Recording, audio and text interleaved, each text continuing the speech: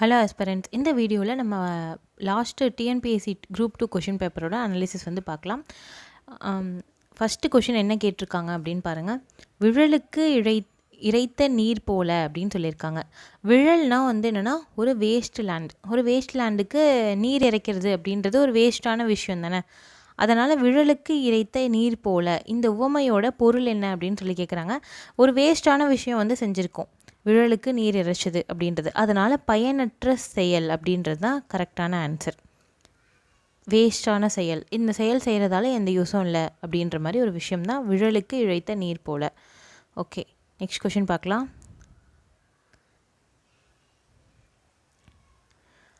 அடுத்த கொஷினில் என்ன கேட்டிருக்காங்கன்னு பாருங்கள். உவமையால் விளக்கப்பெறும் பொருத்தமான பொருள். அதே மாதிரி உவமை தான், அதோட விளக்கம் தான் கேட்டிருக்காங்க. மடை திறந்த வெள்ளம் போல அப்படின்னு சொல்லியிருக்காங்க. மடை திறந்தாச்சு அப்படின்னா வெள்ளம் எப்படி வரும்? எந்த தடையுமே இருக்காது, ஃப்ரீயாக வந்து என்னென்னா ரிலீஸ் ஆகி போகும் வெள்ளம். அதனால் என்ன சொல்கிறாங்க அப்படின்னா, வெளிப்படை தன்மையாக வருமா, தெள்ள தெளிவாக வருமா, தடையின்றி மிகுதியாக வருமா, எளிதில் மனதில் பதியுமா அப்படின்னு சொல்லி கேட்குறாங்க. நம்மளுக்கு ஈஸியாக தெரியும்.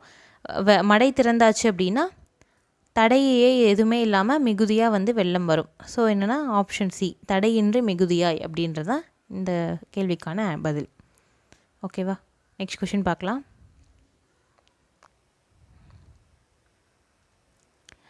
அடுத்த கொஷினில் என்ன கேட்டிருக்காங்கன்னு பாருங்கள். தன்வினை, பிறவினை, செய்வினை, செயப்பாட்டு வினை, இந்த வாக்கியத்தில் வந்து கண்டு எழுதணும் இது என்ன வாக்கியம் அப்படின்னு சொல்லிட்டு ஒரு வாக்கியம் கொடுத்துருக்காங்க. கவிதாவால் உரை படிக்கப்பட்டது அப்படின்னு சொல்லி ஒரு வாக்கியம் வந்து கொடுத்துருக்காங்க. ஓகே, கவிதாவால் உரை படிக்கப்பட்டது அப்படின்னு சொல்லி கேட்குறாங்க. இது எந்த வாக்கியம் அப்படின்னா செயப்பாட்டு வினை வாக்கியம் அப்படின்னு சொல்லுவாங்க. இந்த செயப்பாட்டு வினை எப்படி கண்டுபிடிக்கிறது அப்படின்னு பார்த்தீங்கன்னா, செயப்பாட்டு வினை வாக்கியத்தில் எப்போதுமே எழுவாயோட ஆள் அப்படின்ற உருபு வந்து சேர்ந்து வரும். அது என்ன எழுவாய் அப்படின்னு பார்த்தீங்கன்னா பெயர் சொல். இங்கே இருக்கிற பெயர் சொல்லை தான் எழுவாய் அப்படின்னு சொல்லுவாங்க. கவிதா அப்படின்றது தான் இங்கே பெயர் சொல். கவிதான்றது ஒரு பெயர், அதோட ஆள் அப்படின்னு சேர்ந்து வரும். லாஸ்ட்டு பார்த்திங்கன்னா பயனிலைன்னு சொல்லுவாங்க. பயனிலைனா செய்கிற வினை, அதுதான் பயனிலை அப்படின்னு சொல்லுவாங்க. இங்கே என்னென்னா பயனிலை என்ன அப்படின்னா படிக்கிறா, சரியா? அதனால் படிக்கிறது அதோட வந்து என்னென்னா பட்டது அப்படின்ற உருபு வந்து என்னென்னா சேர்ந்து வரும், அப்படின்ற விஷயம் வந்து சேர்ந்து வரும்.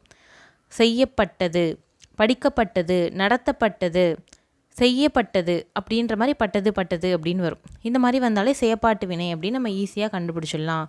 செயப்பாட்டு வினை அப்படின்றது தான் இதுக்கான ஆன்சர். ஓகே, செய்வினை வாக்கியம் அப்படின்னா என்னன்னு பார்ப்போம். கவிதாவால் உரை படிக்கப்பட்டது அப்படின்னு வந்து சொல்லிட்டாங்க. இதை செய்வினையாக எப்படி மாற்றலாம் அப்படின்னு பார்ப்போம். செய்வினையாக அதை மாற்றணும் அப்படின்னா ஈஸியாக தான் இருக்கும். கவிதா உரையை படித்தாள் அப்படின்னு வரும். கவிதா உரையை படித்தாள் அப்படின்னு வரும். ஓகேவா, இதில் வந்து என்னென்னா செய்யப்படு பொருள்னு எதை சொல்லுவாங்கன்னா உரை. அவள் எந்த விஷயத்தை வச்சு என்னென்னா இங்கே பேசுகிறாங்க, அதான் செய்யப்படு பொருள் அப்படின்னு சொல்லுவாங்க. ஒரு வாக்கியம்னா வந்து என்னென்னா எப்போதுமே ஒரு வாக்கியத்தில் எழுவாய் பயனிலை இருக்கும். எழுவாய்னா பெயர் சொல், பயனிலைனா வினைச்சொல். உரை அப்படின்றது வந்து இங்கே வந்து செய்யப்படு பொருள் வந்து சில வாக்கியத்தில் தான் இருக்கும், சில வாக்கியத்தில் இருக்காது. ஓகேவா, இந்த வாக்கியத்தில் வந்து செய்யப்படு பொருள் இருக்குது. அங்கே வந்து என்னென்னா ஐ சேர்ந்திருந்தா, ஐ அப்படின்ற உருபு சேர்ந்திருந்தா அதான் செய்வினை. சப்போஸ் சேராமல் கூட இருக்கும். கவிதா உரை படித்தாள் அப்படின்னு கூட வந்து வரும். திருவள்ளுவர் திருக்குறள் எழுதினார் அப்படின்னாலும் செய்வினையில் வரும். திருவள்ளுவர் திருக்குறளை எழுதினார் அப்படின்னாலும் செய்வினை சொல்லலாம். ஓகேவா, இப்போ செய்வினை, செயப்பாட்டு வினை. சப்போஸ் செய்வினை கொடுத்துட்டு செயப்பாட்டு வினையை மாற்றக்கூட சொல்லலாம், செயப்பாட்டு வினை கொடுத்துட்டு செய்வினையை மாற்றக்கூட சொல்லலாம். இதில் வந்து என்னென்னா ஜஸ்ட் ஐடென்டிஃபிகேஷன் மட்டும் பண்ண சொல்லியிருக்காங்க. ஓகேவா, அடுத்தது வந்து என்னென்னா தன்வினை வாக்கியம் அப்படின்னா என்னென்னு பார்ப்போம். தன்வினை அப்படின்னா நம்மளே தானாக செய்கிற ஒரு செயல். இப்போ எக்ஸாம்பிளுக்கு என்ன சொல்லலாம் அப்படின்னு பார்த்தீங்கன்னா, கரிகாலன் கல்லணையை கட்டினான். கரிகாலன் கல்லணையை கட்டினான் இப்படின்னு சொன்னால் அது என்ன வினை அப்படின்னா தன்வினை. இதுவே வந்து பிறவினையாக மாற்றணும் அப்படின்னு சொன்னால் என்ன பண்ணலாம் அப்படின்னா, கரிகாலன் கல்லணையை கட்டுவித்தான். கட்டுவித்தான் அப்படின்னு வரும். கரிகாலன் கல்லணையை கட்டினான் அப்படின்னா தன்வினை, அவனே வந்து செஞ்சான். இதுவே கரிகாலன் கல்லணையை கட்டுவித்தான் அப்படின்னா ஒருத்தங்கள்ட்ட சொல்லி செய்ய சொல்கிறாங்க, அதான் வந்து கட்டுவித்தான். இது மாதிரி வந்து என்னென்னா திருந்தினான் அப்படின்னா என்ன தன்வினை, திருத்துவித்தான், திருந்தினான் அப்படின்னா தன்வினை. இதுவே வந்து திருத்தினான் அப்படின்னா என்னென்னா இன்னொருத்தவங்கள பண்ணுறது, அது வந்து என்னென்னா பிறவினை அப்படின்னு சொல்லுவாங்க. கண்டான் அப்படின்னா வந்து என்னென்னா பார்த்தோம், இப்போ நான் தான் பார்த்தேன் அப்படின்னு வந்து வச்சுக்கலாம்.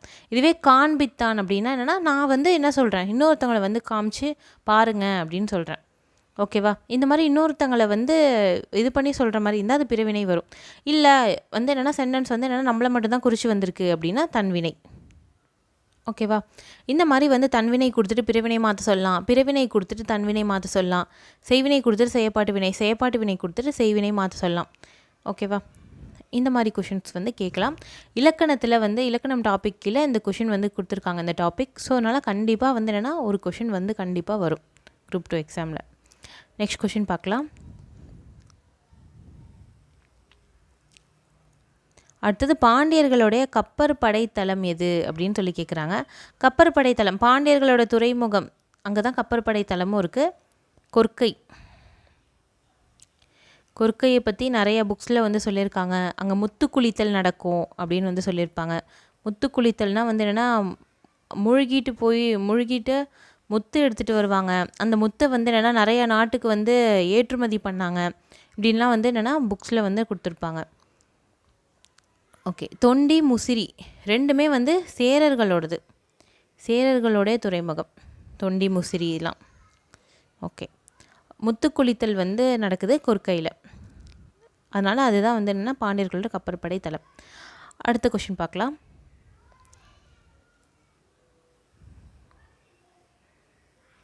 தன்மணல், இதுக்கு இலக்கண குறிப்பு தாங்க அப்படின்னு சொல்லியிருக்காங்க.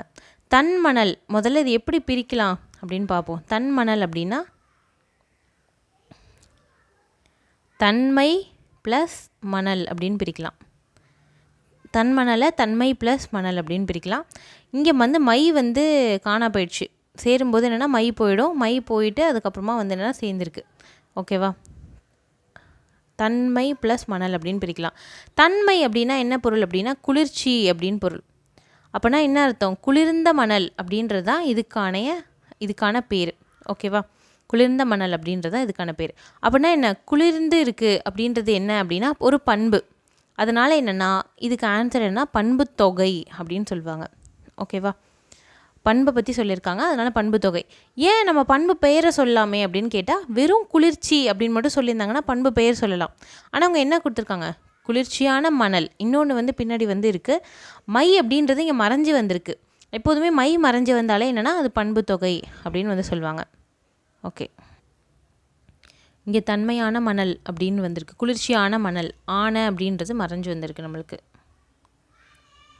இந்த மாதிரி ஆனை மறைஞ்சு வந்து மை வந்து அது அழிஞ்சிருந்தா அது வந்து என்னென்னா பண்பு தொகை அப்படின்னு சொல்லுவாங்க. வேறு சில எக்ஸாம்பிள்ஸ் வந்து பார்ப்போம். பழங்குடி,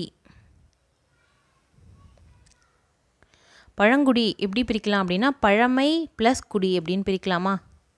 பழமை ப்ளஸ் குடி, இது எப்படி நீங்கள் பொருள் எடுத்துப்பீங்க அப்படின்னா பழமையான குடி அப்படின்னு எடுத்துப்போம். ஆனை அப்படின்றது மறைஞ்சு வந்திருக்கா, இது மாதிரி தான் வந்து என்னென்னா பண்பு தொகையில் வரும்.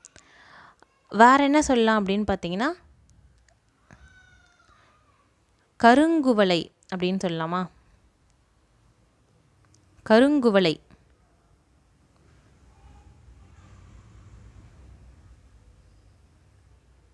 கருங்குவளை சொல்லலாம், கரும்பலகை சொல்லலாம்.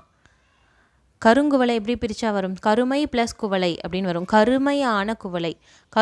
கரும்பலகை எப்படி பிரிக்கணும், கருமை ப்ளஸ் பலகை அப்படின்னா கருமையான பலகை. அதோடைய குணத்தை பற்றி சொல்கிறோம்ல, பண்புனா என்னது, குணப்பெயர்னு சொல்லுவாங்க, பண்பு பெயர்.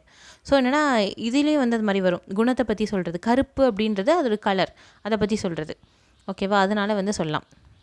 செங்கதிரோன் கூட சொல்லலாம், செம்மையான கதிரோன் அப்படின்னு. செம்மை அப்படின்றது வந்து என்னென்னா பண்பு பெயர். ஆனை அப்படின்றது மறைஞ்சு வந்திருக்கு, செம்மையான கதிரோன் அப்படின்னு சொல்லும்போது அது பண்பு தொகை. ஓகேவா? நெக்ஸ்ட் கொஷின் பார்க்கலாம். அடுத்த கொஷினில் என்ன கேட்டிருக்காங்கன்னு பாருங்கள். பொறுத்துக்கால இடுகுறி பொதுப்பெயர் சிறப்பு பெயர் இதை வச்சு கேட்டிருக்காங்க. முதல்ல பொதுப்பெயர் சிறப்பு பெயர் அப்படின்னா ஃபஸ்ட்டு இடுகுறி பெயர் காரண பெயர்னா என்னென்னு பார்ப்போம்.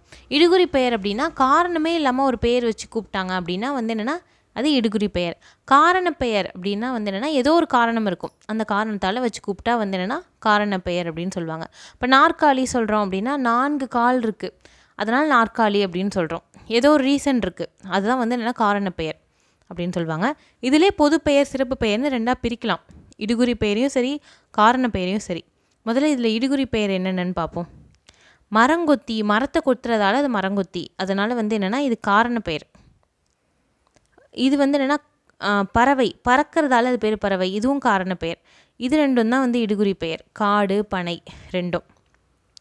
இதில் வந்து இடுகுறி பொதுப்பெயர் என்ன, இடுகுறி சிறப்பு பெயர் என்ன அப்படின்னு நம்ம கண்டுபிடிப்போம். காடு அப்படின்றது என்னது, பொதுவாக எல்லா காட்டையுமே குறிக்குது.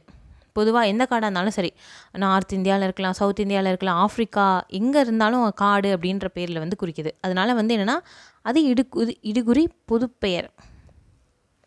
இதுவே இடுகுறி சிறப்பு பெயர் அப்படின்னா என்ன சொல்லலாம் அப்படின்னு பார்த்தீங்கன்னா பனை. பனை அப்படின்றது மரம் அப்படின்னு சொல்லியிருந்தால் அது என்னது இடுகுறி பொதுப்பெயர். பனை அப்படின்னு சொன்னதால என்ன, அது பனை மரத்தை மட்டும்தான் குறிக்குது, அதனால் வந்து என்னென்னா அது இடுகுறி சிறப்பு பெயர். இப்போ இங்கே காடுன்னு சொல்லியிருக்காங்கல்ல, இதுவே வந்து ஏதோ ஒரு சத்தியமங்கலம் காடு அப்படின்னு சொல்லியிருந்தாங்கன்னா அது என்ன இடுகுறி சிறப்பு பெயர். ஏன்னா சத்தியமங்கலம் காட்டை மட்டும்தான் குறிக்குது, அதனால் வந்து அது இடுகுறி சிறப்பு பெயராக இருக்கும். இங்கே வெறும் காடுன்னு கொடுத்ததால் இடுகுறி பொது பெயராக இருக்குது. பனை அப்படின்றது பனை மரத்தை மட்டும்தான் குறிக்குது, ஸோ இடுகுறி சிறப்பு பெயர் ஆயிடுச்சு. அடுத்தது பார்த்திங்கன்னா காரண பொது பெயர் சிறப்பு பெயர் என்னன்னு கண்டுபிடிக்கணும். இதிலே நீங்களே பாருங்கள், பறவை மரங்கொத்தி. பறவை அப்படின்றது எல்லா பறவையும் குறிக்கும், அதனால் என்னது காரண பொதுப்பெயர். பறவை அப்படின்றது என்னது காரண பொதுப்பெயர். இதுவே வந்து காரண சிறப்பு பெயர் என்ன அப்படின்னா மரங்கொத்தினா மரங்கொத்தி பறவையில் மட்டும்தான் இருக்குது. நிறைய பறவை இனம் இருக்குது, அதில் மரங்கொத்தி பறவையை மட்டும்தான் வந்து என்னென்னா காரண சிறப்பு பெயர் வந்து குறிக்குது. ஓகேவா? இப்போ ஆப்ஷன் பார்த்தா நம்மளுக்கு என்ன வரும், ஃபஸ்ட்டுக்கு இடுகுறி பொது பெயர் 3, 4, 2, 1 வரும். 3, 4, 2, 1. ஆப்ஷன் சி தான் கரெக்டான ஆன்சர். ஓகேவா? நெக்ஸ்ட் கொஷின் பார்க்கலாம்.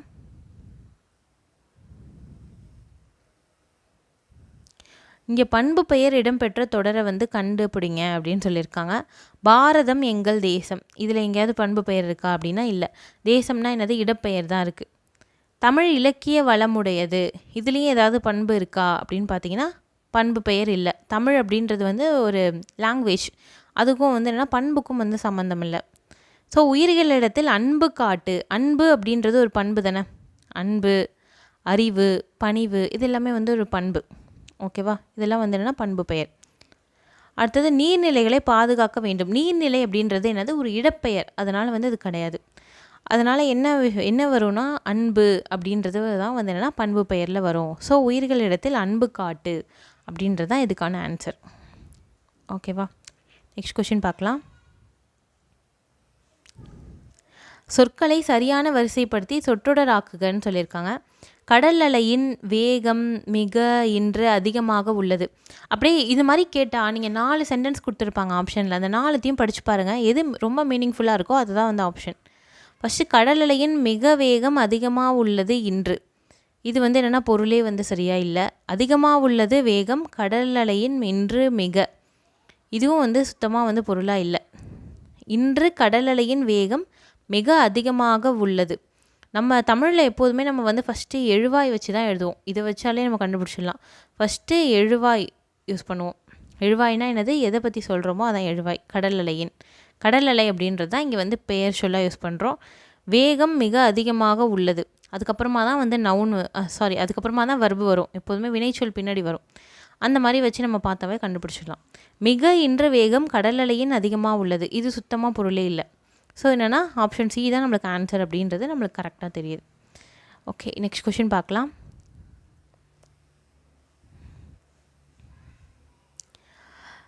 சென்றான், இதுக்கு வந்து வேர்ச்சொல் வந்து சொல்லுங்கள் அப்படின்னு சொல்லியிருக்காங்க. எப்போதுமே இந்த வேர்ச்சொல் அப்படின்றது எப்படி இருக்கும் அப்படின்னா கட்டளை சொல்லாக இருக்கும். கட்டளை சொல் தான் வந்து என்னென்னா வேர்ச்சொல். செல், கல், படி, நட, ஆடு, பாடு இப்படின்னு கட்டளையாக சொல்கிறோம்ல, அந்த சொல் தான் வந்து என்னென்னா வேர் சொல்லாக இருக்கும். இங்கே சென்ற அப்படின்றது வந்து என்னென்னா கட்டளை சொல்லாக இருக்கா அப்படின்னா இல்லை. சென் அப்படின்றது பொருளே இல்லை. சென்னா போகிறது அப்படின்னு அர்த்தமா அப்படின்னா சுத்தமாக பொருள் இல்லை. சென்று அப்படின்றதும் பொருள் இல்லை. செல் அப்படின்றது தான் பொருள் வந்து இருக்குது. செல் அப்படின்றதுக்கு தான் இந்த மூணுத்துலேயே வந்து என்னென்னா செல் அப்படின்றது தான் வந்து என்னென்னா எப்படி இருக்குது, கட்டளை பண்ணுற மாதிரி இருக்குது. செல் போ அப்படின்னு வந்து கட்டளை இடுற மாதிரி இருக்குது. ஸோ என்னென்னா செல் அப்படின்னு நம்ம கண்டுபிடிச்சிடலாம். ஓகேவா? வேறு சொல்ல நம்ம ஈஸியாக கண்டுபிடிச்சிடலாம். இதை வந்து எப்படி இது எப்படி வந்து வினையச்சமாக மாற்றுறது, எப்படி வந்து பெயரச்சமாக மாற்றுறது அப்படின்றது தான் கஷ்டம். இந்த சென்ற அப்படின்றது என்ன அப்படின்னா பெயரச்சம். இது எப்படி பெயரச்சம்னு நம்ம கண்டுபிடிக்கலாம் அப்படின்னு பார்த்தீங்கன்னா, கடைசியில் வந்து பெயரச்சத்தில் எப்போதுமே அந்த இதில் தான் முடியும். சென்ற ஆல முடியும். சென்று அப்படின்றது வந்து என்னென்னா வினையச்சம். வினையச்சம் கடைசியில் எப்போதுமே வினையச்சம் மேக்ஸிமம் எதில் முடியும் அப்படின்னா, ஒன்று ஊல முடியும் சென்று அப்படின்னு, இல்லைன்னா ஈல முடியும். ஓடி, பாடி, பேசி அப்படின்னு ஈல முடியும். சரியா? ஏன் இதுக்கு வினையச்சம், ஏன் பெயரச்சம் அப்படின்னு வந்துச்சு பேர் அப்படின்னு பார்த்தீங்கன்னா, சென்று ஏன் இது மாதிரி வினையச்சம் பெயரச்சம்னு பேர் வந்துச்சு அப்படின்னா, இந்த சென்ற இதுக்கு பின்னாடி எப்போதுமே என்னென்னா வினை வராது, பெயர் தான் வரும். சென்ற பையன்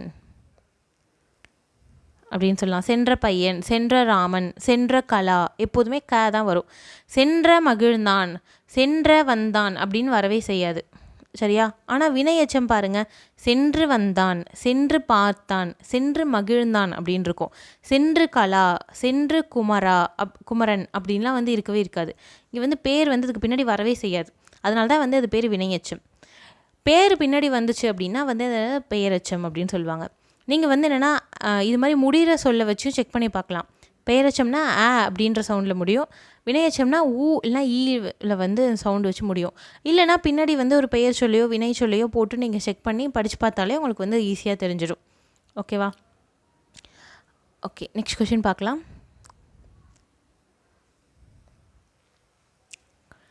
இகழ்ந்தனர் இந்த சொல்லோட வேர் சொல்லை எடுத்து எழுதுங்க அப்படின்னு சொல்லியிருக்காங்க. இப்போ தான் நம்ம பார்த்தோம். இகழ்ந்து சவுண்டில் இருக்குது. இது வந்து வேர் சொல் இல்லை. இது என்னது? சவுண்டில் வந்தால் வினையச்சம்.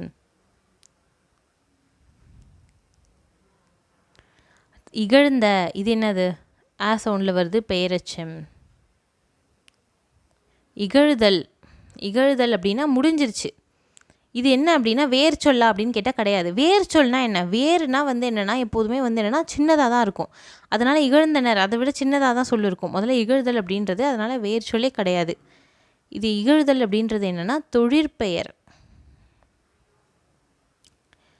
சரி, தொழிற்பெயருக்கும் வினைச்சொல்லுக்கும் என்ன வித்தியாசம் அப்படின்னு பார்த்தீங்கன்னா, வினைச்சொல்னால் நம்மளுக்கு தெரியும், நார்மலாக இருக்கிற வினைச்சொல். அதுக்கும் தொழிற்பெயருக்கும் என்ன வித்தியாசம் அப்படின்னு பார்த்தீங்கன்னா, ஒரு பெரிய வித்தியாசம் இருக்குது. ஏன்னா தொழிற்பெயர் எப்போதுமே காலமே தெரியாது. ஆனால் வினைச்சொல் அப்படி கிடையாது. இகழ்ந்தனர் அப்படின்றது ஒரு வினைச்சொல் அப்படின்னு நம்ம சொல்லலாம். ஏன்னா அதில் ஒரு ஒரு பெயர் வந்து ஒரு ஆக்ஷனை செஞ்சுருக்காங்க, அதனால் வினைச்சொல். இகழ்ந்தனர் அப்படின்னு சொல்லிட்டாங்க அப்படின்னா என்ன அர்த்தம்? இகழ்ந்தனன்னா மோசமாக பேசுகிறது. ஒருத்தங்களை வந்து மோசமாக பேசிட்டாங்க அப்படின்னு அர்த்தம். அது ஆக்சுவலி என்ன, பேசி முடிச்சுட்டாங்க, முடிஞ்சிருச்சு, பாஸ்ட் டென்ஸ், கடந்த காலத்தில் முடிஞ்சிருச்சு, இறந்த காலத்தில் அப்படின்னு அர்த்தம். இதுவே தொழிற்பெயர் நான் சொல்கிறேன் உங்கள்கிட்ட, இகழ்தல் அப்படின்னு சொல்கிறேன். இகழ்தல்னு சொன்னால் அது கடந்த காலமா, நிகழ்காலமா, எதிர்காலமானு உங்களுக்கு தெரியுதா? தெரியலல்ல. இகழ்தல்னால் எப்போ இகழ்ந்தாங்க அப்படின்னு தெரியல. இந்த மாதிரி வந்து காலம் தெரியல அப்படின்னா அது என்னன்னா தொழிற்பெயர். படித்தல், ஆடுதல், ஓடுதல், பாடுதல், இது மாதிரி எல்லாமே வந்து என்னென்னா தொழிற்பெயர் கீழே வரும். ஓகேவா? இது மாதிரி வந்து ஏதோ ஒரு ஆக்ஷனை பற்றி தான் சொல்கிறாங்க. ஆனால் வந்து அங்கே என்னென்னா காலத்தை குறிக்கவே இல்லை, எந்த காலத்தில் நடந்துச்சுன்னு தெரியல அப்படின்னு இருந்துச்சுன்னா அது வந்து என்னென்னா தொழிற்பெயர் அப்படின்னு சொல்லுவாங்க. ஓகேவா? அப்போனா இகழ்தல் வந்து தொழிற்பெயர். மிச்சம் என்ன இருக்குது? இகழ் அப்படின்னு தான் இருக்குது. இந்த இகழ் வந்து என்ன அப்படின்னா வேர்ச்சொல். ஓகேவா? இந்த வேர்ச்சொல்லேருந்து தான் இந்த வினையச்சம், பெயரச்சம் எல்லாமே வந்துச்சு. இகழ் அப்படின்றது தான் வந்து என்னென்னா வேர் சொல். ஓகே, நெக்ஸ்ட் கொஸ்டின் பார்க்கலாம்.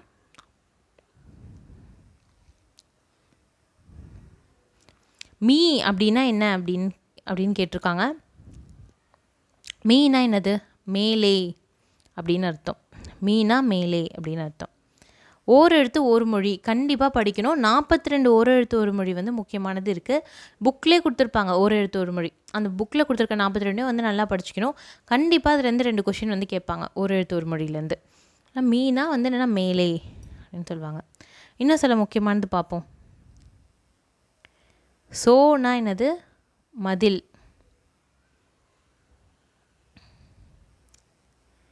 நோனா என்னது? வறுமை. சின்ன நோ அப்படின்னா என்னது? நோய்.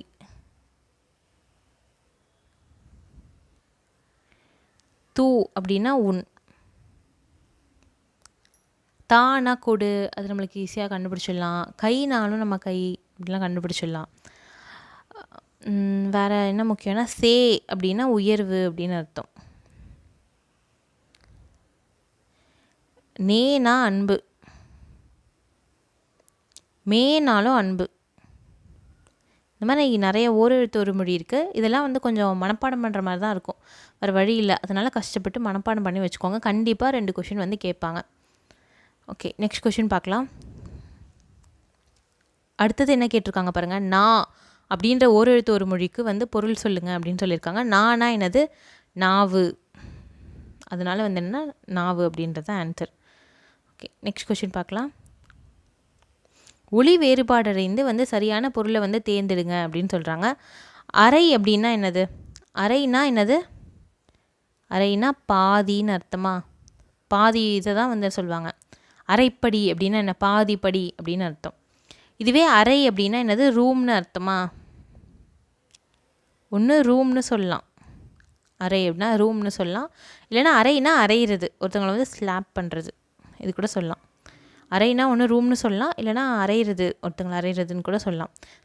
இதுக்கு வந்து பொருள் பாதி, இதுக்கு வந்து பொருள் அரைதல். இதனால் இந்த 2 பொருள் தான் வந்து என்னென்னா கரெக்டாக இருக்குது இந்த ஆப்ஷன்லே. அதனால் வந்து பாதி அரைதல் அப்படின்றத நம்ம ஆப்ஷனாக சூஸ் பண்ணலாம். ஆப்ஷன் பி தான் நம்மளுக்கான ஆன்சர். இதே மாதிரி நான் சிலது கேட்குறேன். இந்த ஆன்சரை வந்து நீங்கள் கமெண்ட் செக்ஷனில் சொல்லுங்கள். ஃபஸ்ட்டு கரைனா என்ன? கரைனா என்ன? வளம். வளம், இந்த 2 வளத்துக்கும் என்ன வித்தியாசம் அப்படின்னு பாருங்கள்.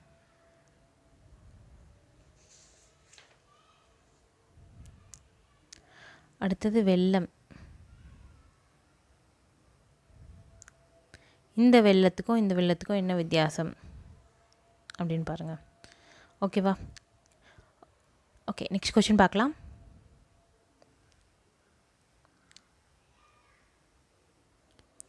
அடுத்த கொஷினில் என்ன கொடுத்துருக்காங்க பாருங்கள். அறுவடை திருநாளுக்கு பொருந்தாத ஒரு சொல்ல வந்து என்ன அப்படின்னு கேட்குறாங்க. அறுவடை திருநாள்னால் என்ன அர்த்தம் அப்படின்னா பொங்கல். பொங்கல் திருவிழா தான் வந்து அறுவடை திருவிழாவாக நம்ம கொண்டாடுவோம். ஓகேவா? அந்த பொங்கல் இதுக்கு பொருந்தாத சொல்ல வந்து கேட்குறாங்க. மகர சங்கராந்தி அப்படின்றது வந்து என்னென்னா ஆந்திரா, கர்நாடகாலாம் வந்து வச்சுருக்க ஒரு பேர் பொங்கலுக்கு. பொங்கல் அப்படின்னு நம்ம தமிழ்நாட்டில் கொண்டாடுறோம். இதுவே ஆந்திரா, கர்நாடகா, மராட்டியம் அப்படின்னா என்னது? மகாராஷ்டிரா, உத்தரப்பிரதேசம், இந்த மாநிலத்திலலாம் என்னென்னா மகர சங்கராந்தி அப்படின்னு வந்து இந்த பண்டிகையை கொண்டாடுறாங்க, பொங்கலை. இதுவே லோரி அப்படின்னு வந்து எங்கே கொண்டாடுறாங்க அப்படின்னா பஞ்சாபில் லோரி அப்படின்னு கொண்டாடுறாங்க. உத்தராயன் அப்படின்னு எங்கே கொண்டாடுறாங்கன்னா குஜராத், ராஜஸ்தான்லலாம் வந்து உத்தராயன் அப்படின்னு கொண்டாடுவாங்க. குஜராத், ராஜஸ்தானில் உத்தராயன் அப்படின்னு சொல்லி கொண்டாடுறாங்க. போகி அப்படின்றது என்ன பண்டிகை அப்படின்னா அது பொங்கல் பண்டிகை இல்லை, பொங்கலுக்கு முதல் நாள் கொண்டாடுற ஒரு பண்டிகை. தை திங்கள் முதல் நாள் தான் பொங்கல் திருநாளாக கொண்டாடுறோம். அதுக்கு முதல் நாள்னால் மார்கழி மாதத்தில் கடைசி நாளை தான் வந்து என்னென்னா போகி அப்படின்னு கொண்டாடுவோம். அதுக்கும் பொங்கலுக்கும் வந்து சம்மந்தம் இல்லை. ஸோ என்னென்னா போகி அப்படின்றது அறுவடை திருநாளுக்கு பொருந்தாத ஒரு சொல். ஓகேவா? நெக்ஸ்ட் கொஷின் பார்க்கலாம்.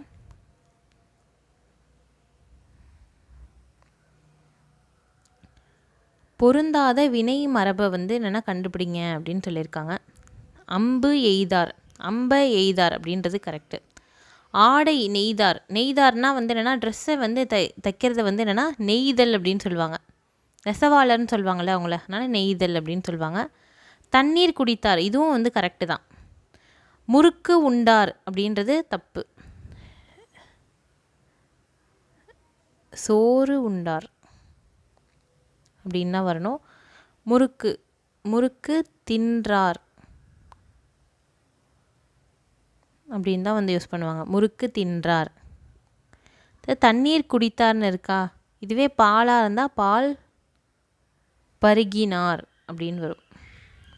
இந்த வினை மரபுலாம் வந்து என்னென்னா புக்ஸில் இருக்குது. இது இல்லாமல் வினை மரபு மட்டும் இல்லாமல் விலங்குகளோட ஒளி மரபு அதுவும் ரொம்ப முக்கியம். ஒளி மரபு அப்படின்னா இந்த குயில் கூவும், காகம் கரையும் இப்படிலாம் இருக்கும்ல, அந்த ஒளி மரபும் வந்து படித்து வச்சுக்கணும். இது எல்லாமே புக்ஸில் இருக்கும்.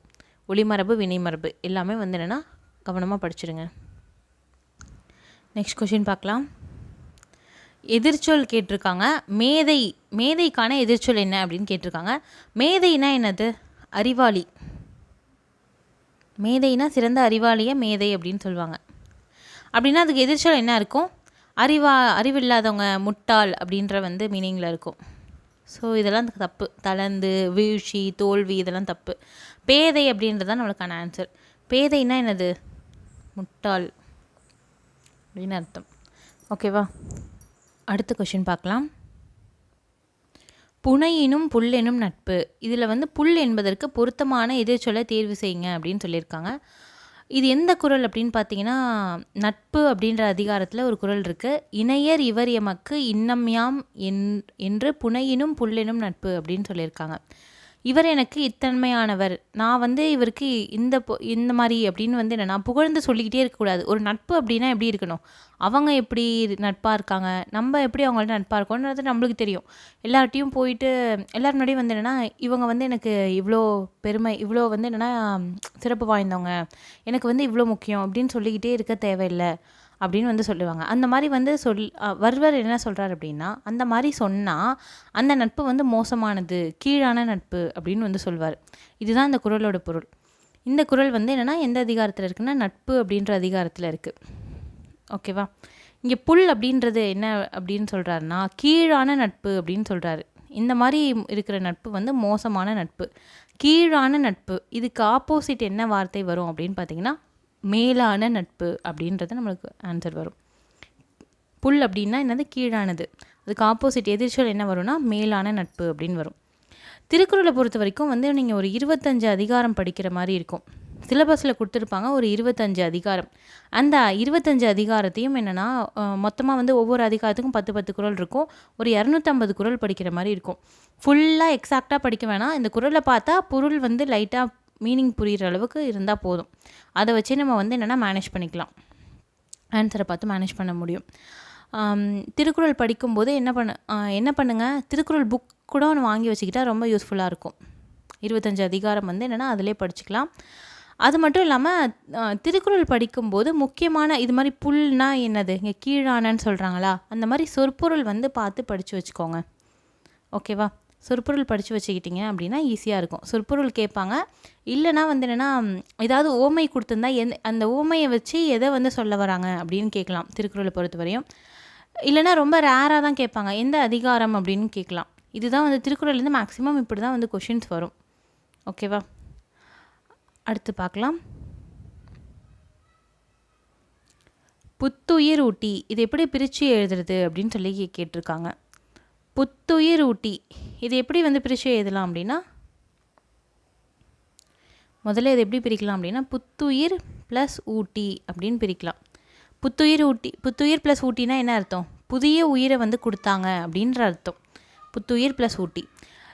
இது ஆப்ஷனில் இருக்கா அப்படின்னா இல்லை.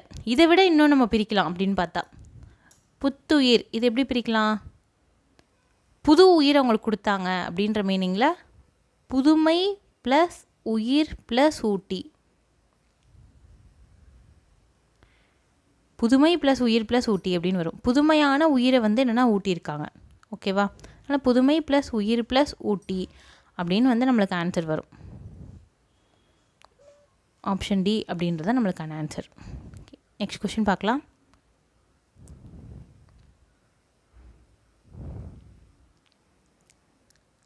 அடுத்தது என்ன கேட்டிருக்காங்க பாருங்கள். சரியான மரபு தொடர் அதோடைய பொருளை வந்து கண்டுபிடிக்க சொல்லியிருக்காங்க. ஆகாய தாமரை அப்படின்னு வந்து கொடுத்துருக்காங்க. ஆகாய தாமரை அப்படின்ற ஒன்று வந்து உலகத்தில் இருக்கா அப்படின்னா கிடையாது. ஆகாயத்தில் எங்கேயாவது தாமரை இருக்குமா? குளத்தில் தான் தாமரை இருக்கும். ஆனால் ஆகாய தாமரை அப்படின்றது இல்லாத ஒன்று அப்படின்றது தான் சரியான ஆன்சர். இது கூட கேட்கலாம், கொம்பு முளைத்த குதிரை. கொம்பு முளைத்த குதிரை இந்த உலகத்தில் இருக்கா அப்படின்னா கிடையாது. கொம்பு முளைத்த குதிரை இந்த உலகத்தில் இருக்கா அப்படின்னா கிடையாது. ஸோ அதுவும் இல்லாத ஒன்று அப்படின்னு கேட்கலாம். ஓகே, இது மாதிரி மரபுத்தொடர் கொடுத்துட்டு அது என்ன மீனிங்கில் சொல்லியிருக்காங்க அப்படின்னு நம்மளுக்கு கேட்கலாம். ஓகே, நெக்ஸ்ட் கொஷின் பார்க்கலாம்.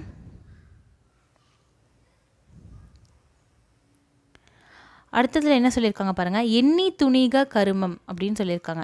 எண்ணி துணிக கருமம் அப்படின்னா, எண்ணினா என்ன, நினச்சி பார்த்துட்டு ஒரு விஷயம் செய்ய போகிறீங்க அப்படின்னா என்ன பண்ணுங்கள், முதலே வந்து இந்த விஷயத்தால் என்ன நடக்கும் அப்படின்லாம் வந்து யோசித்து பார்த்துட்டு செய்யுங்க அப்படின்னு சொல்கிறாங்க. அதான் எண்ணி துணிக கருமம் அப்படின்னா, ஒரு விஷயம் செய்ய போகிறோம் அப்படின்னா அதுக்கான துணிவை வந்து எண்ணி நம்ம என்னென்னா முதல்ல அதுக்கு எவ்வளோலாம் கஷ்டமாக இருக்கும் அப்படின்றத நினச்சி ஆராய்ஞ்சி பார்த்துட்டு அதுக்கப்புறமா துணிவோடு இறங்கணும் அப்படின்னு சொல்கிறாங்க. அதான் எண்ணி துணிக கருமம். இதில் கர்மம் அப்படின்றது என்னது, செயலை சொல்லியிருக்காங்க. ஒரு செயலை செய்ய போகிறோம் அப்படின்னா அதை தான் கர்மம் அப்படின்னு சொல்கிறாங்க. ஓகேவா. எண்ணி துணிக கருமம் துணிந்த பின் எண்ணுவம் என்பது இழுக்கு அப்படின்றது ஒரு திருக்குறள். என்ன சொல்ல வரார் அப்படின்னா, திருவள்ளுவர் என்ன சொல்ல வரார்னா, ஒரு விஷயத்த ஆரம்பிக்கிறதுக்கு முன்னாடியே யோசித்து பார்த்துட்டு ஆரம்பிங்க. நீங்கள் வந்து என்ன, நான் ஒரு விஷயத்தில் இறங்கின்றதுக்கு அப்புறமா யோசிச்சுக்கலாம் அப்படின்னு நினைக்கிறது தப்பு அப்படின்னு சொல்லியிருப்பார். அதான் எண்ணி துணிக கருமம் துணிந்த பின் எண்ணுவோம் என்பது இழுக்கு அப்படின்னு சொல்லியிருப்பார். ஓகேவா. நெக்ஸ்ட் கொஸ்டின் பார்க்கலாம். சைவ சமய குறவர்களின் எண்ணிக்கை என்ன அப்படின்னு சொல்லி கேட்குறாங்க. சைவ சமய குறவர்கள் அப்படின்னு ஒரு 4 பேர் இருப்பாங்க. 4வர் அப்படின்னு சொல்லுவாங்க. திருமுறைகள்லாம் வந்து என்னென்னா எழுதினவங்க ஒரு 4 பேர் இருப்பாங்க. அவங்க யாருன்னு பார்ப்போம்.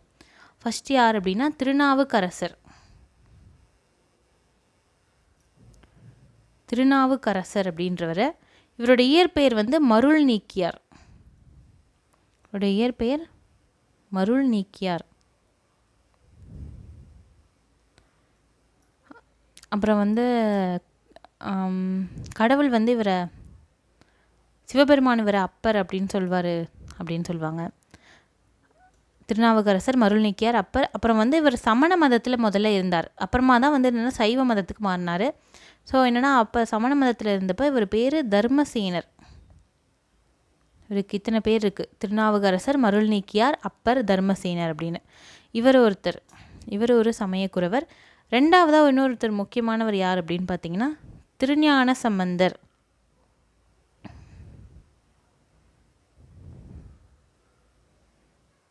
திருஞான சம்பந்தர். ஓகேவா. மூணாவதாக பார்த்தீங்கன்னா சுந்தரர்.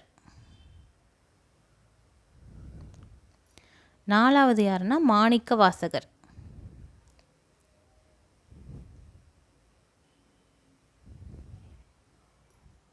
ஓகேவா. 4 பேர், அப்பர், சுந்தரர், திருஞான சம்பந்தர், மாணிக்க வாசகர். 4 பேரும் ரொம்ப முக்கியமான பர்சன். இல்லை திருநாவுக்கரசர், ஞானசம்பந்தர், சுந்தரர் 3 பேருமே வந்து தேவாரம் எழுதியிருக்காங்க. முதல் 7 திருமுறை வந்து என்னென்னா தேவாரம் தான் இருக்குது. அந்த தேவாரத்தை எழுதினவங்க வந்து இவங்க தான். மாணிக்க வாசகர் வந்து என்ன எழுதியிருக்கார் அப்படின்னா திருவாசகம் எழுதியிருக்கார். திருவாசகம் அப்படின்றத எழுதியிருக்கார். திருவாசகத்தில் சிவபுராணம் அதையும் வந்து இவர் தான் எழுதியிருக்கார், மாணிக்க வாசகர். இவங்க 4 பேருக்கும் ஊரும் முக்கியம்.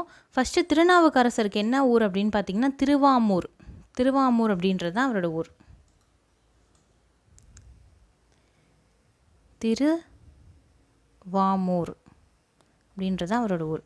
இதுவே திருஞான சம்பந்தருக்கு எந்த ஊர் அப்படின்னு பார்த்தீங்கன்னா சீர்காழி. சுந்தரருக்கு வந்து என்னென்னா திருநாவலூர்.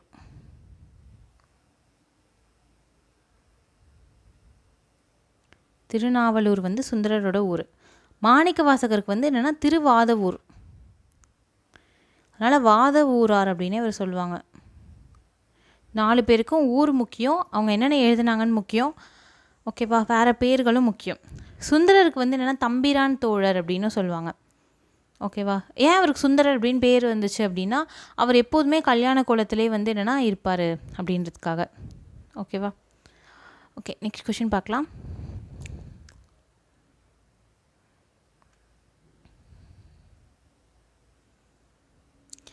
அடுத்த கொஷின் பாருங்கள். திருநாவுக்கரசர் வச்சு தான் கேட்டிருக்காங்க. திருநாவுக்கரசர் பிறந்த ஊர் என்ன ஊர் அப்படின்னா திருமுனைப்பாடு நாட்டில் இருக்கிற திருவாமூர் அப்படின்னு சொல்லியிருக்காங்க. திருவாமூர் ஊர் தான் அப்படின்னு நம்ம இப்போ பார்த்தோம். கரெக்டு. திருஞான சம்பந்தரால் அப்பர் என்று அழைக்கப்பட்டார் அப்படின்னு சொல்லியிருக்காங்க. திருஞான சம்பந்தர் அவர் அப்பர் அப்படின்னு சொல்லுவாங்க அப்படின்னு சொல்லியிருக்காங்க. அதுவும் வந்து கரெக்டு. தாண்டகவேந்தர் அப்படின்னு அவர் அழைக்கப்பட்டார். ஏன்னா தாண்டகம் அப்படின்ற செய்யுள் பாடுறத வல்லவர், அதனால் தாண்டகவேந்தர் அப்படின்னு வந்து அவர் அழைக்கப்பட்டார். அதுவும் கரெக்டு தான். அதாவது ஆளுடைய அரசு, வாகீசர், இவருக்கு நிறைய பேர் இருக்குது. ஆளுடைய அரசு, வாகீசர், மருள் நீக்கியார், திருநாவுக்கரசர், அப்பர், தர்மசேனர், ஏகப்பட்ட பேர் இருக்குது. எல்லாத்தையும் வந்து என்னென்னா நல்லா ஞாபகம் வச்சுக்கோங்க. இந்த மாதிரி கொஷின் வந்து ஸ்டேட்மெண்ட்டாக கேட்கலாம். ஆளுடைய அரசு, வாகீசர் அப்படின்னு வந்து யார் அழைக்கப்படுறார் அப்படின்னா திருநாவுக்கரசர் அழைக்கப்படுறார். இதுவும் கரெக்டு. இப்போ 4 ஆப்ஷனும் வந்து என்னென்னா கரெக்டு. அனைத்தும் சரி அப்படின்றது தான் நம்மளுக்கான ஆன்சர். ஓகேவா? நெக்ஸ்ட் கொஷின் பார்க்கலாம்.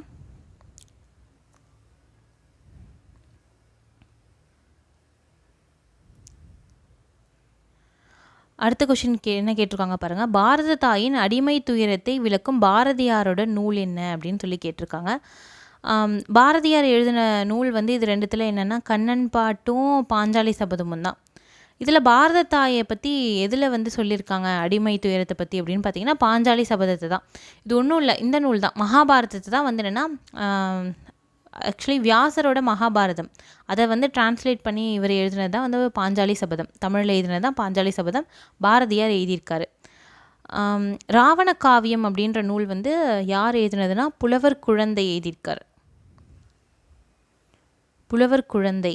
ராவண காவியமும் ரொம்ப முக்கியமான நூல், நம்ம சிலபஸில் இருக்குது. புக்கில் வந்து ராவண காவியம் வந்து கொடுத்துருக்காங்க. அந்த ராவண காவியம் வந்து புலவர் குழந்தை அவங்கள பற்றி குறிப்பு இல்லாமல் கொடுத்துருக்காங்க. அதெல்லாம் ரொம்ப அதை படிச்சுக்கணும், ரொம்ப முக்கியமான வந்து ஒரு டாபிக். இயேசு காவியம் யார் எழுதுனா அப்படின்னு பார்த்தீங்கன்னா கண்ணதாசன் எழுதியிருக்கார்.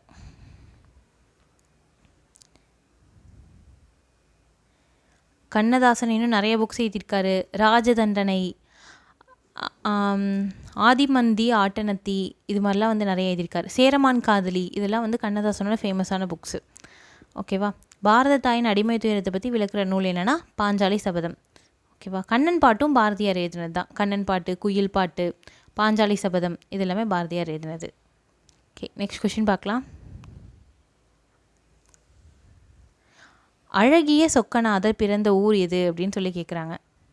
இவர் பிறந்த ஊர் எங்கே இருக்குது அப்படின்னு பார்த்தீங்கன்னா தச்சநல்லூர் அப்படின்ற ஒரு ஊர் தான் அழகிய சொக்கநாதர் அப்படின்றவர் பிறந்த ஊர். இவர் வந்து என்னென்னா கோமதி தாய் அப்படின்ற ஒரு தாயை வந்து பாடியிருக்கார், ஒரு அம்மனை.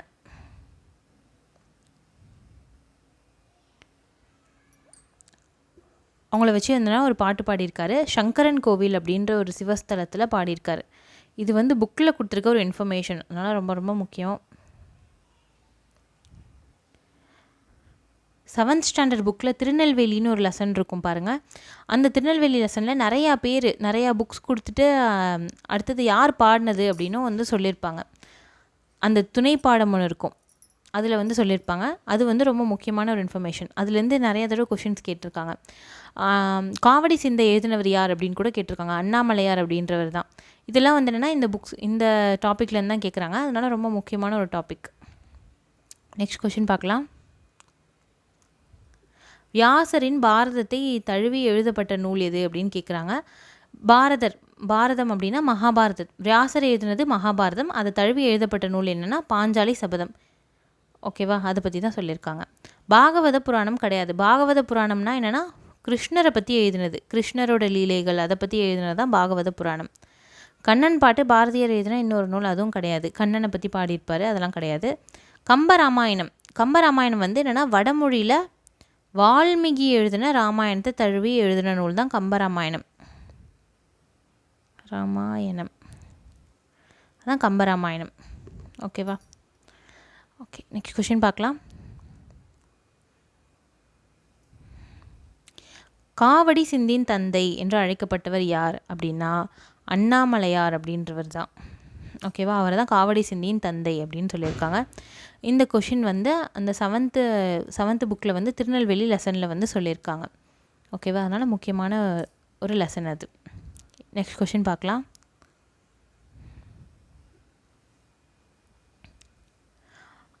அடுத்து என்ன கேட்டிருக்காங்க பாருங்கள். குறுந்தொகையோட அடிவரையறை என்ன அப்படின்னு சொல்லி கேட்டிருக்காங்க.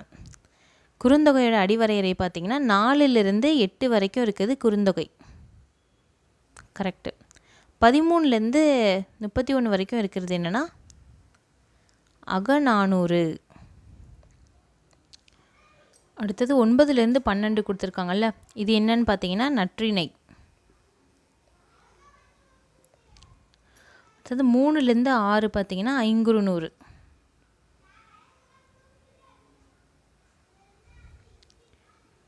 எட்டுத்தொகையோட அடைவரையறை வந்து ரொம்ப முக்கியம். இதுலேருந்து ஏதாவது கொஷின்ஸ் வந்து கேட்கலாம் எட்டுத்தொகை டாப்பிக்லேருந்து.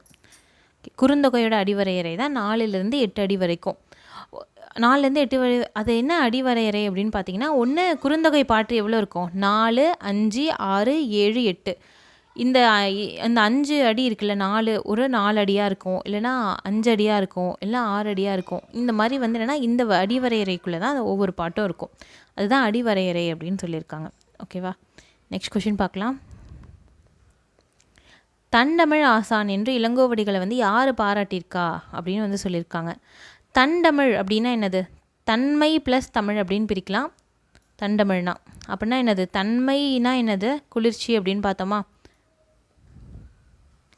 குளிர்ச்சியான தமிழ், அதாவது என்ன, நல்ல தமிழோட ஆசான். ஆசான் அப்படின்னா என்னது, ஆசிரியர். அப்படின்னு புகழ்ந்திருக்கார். இளங்கோவடிகள் வந்து ஒருத்தர் புகழ்ந்திருக்காரு. அது யாருன்னு கேட்குறாங்க.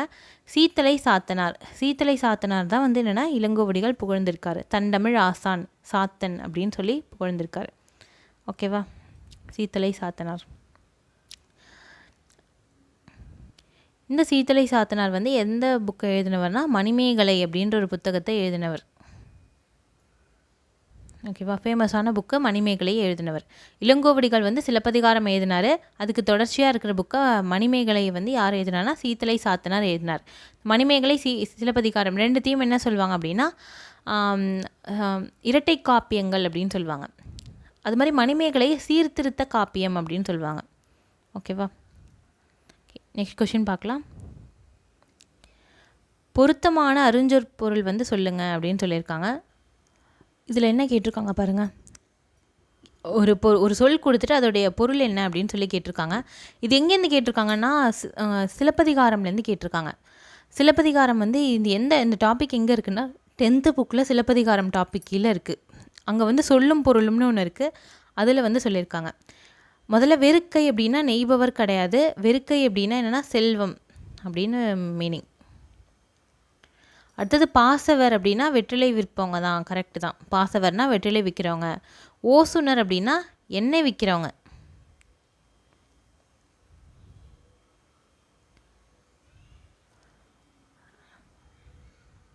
அடுத்தது காருகர் அப்படின்னா என்னென்னா நெய்பவங்க. நெய்பவங்க அப்படின்னா என்னது, நெசவாளர்கள், துணி நெய்கிறவங்க, அதான் காருகர் அப்படின்னு சொல்லியிருக்காங்க. ஓகேவா, பாசவர், ஓசுனர். அப்புறம் கண்ணுள் வினைஞர் அப்படின்னும் சொல்லுவாங்க ஒருத்தங்களை. கண்ணுள் வினைஞர் அப்படின்னா ஓவியர்.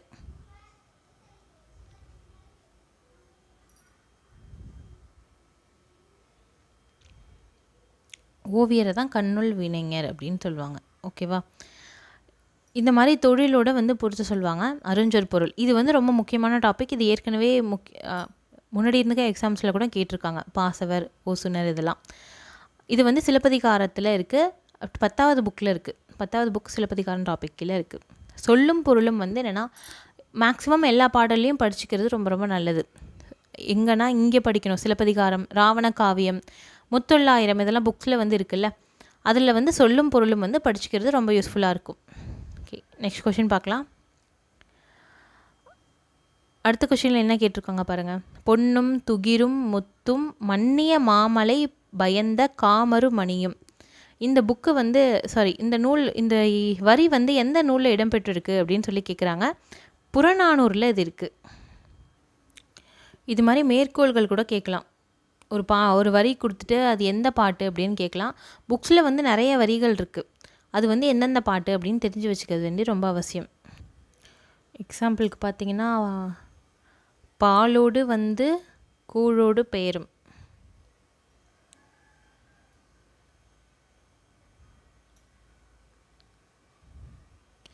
பாலோடு வந்து கூழோடு பெயரும் அப்படின்னு சொல்லியிருக்காங்க. இது எந்த பாடல், இது எந்த இது எந்த மேற்கோள் அப்படின்னு பார்த்தீங்கன்னா எந்த பாட்டிலேருந்து எடுத்ததுன்னா குறுந்தொகையிலேருந்து எடுத்தது.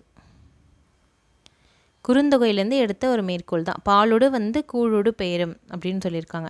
இது எல்லாமே புக்ஸில் இருக்கிறது தான். புக்ஸில் இருக்கிற மேற்கோள் எல்லாமே படிச்சுட்டா அதுலேருந்து தான் வந்து கண்டிப்பாக கேட்பாங்க. ஆனால் புக்கில் இருக்க மேற்கோள்லாம் கண்டிப்பாக படிச்சிடுங்க. ஓகே, இது வந்து வணிகம் லெசனில் இருக்குது, பாலோடு வந்து கூழோடு பெயரும் அப்படின்றது.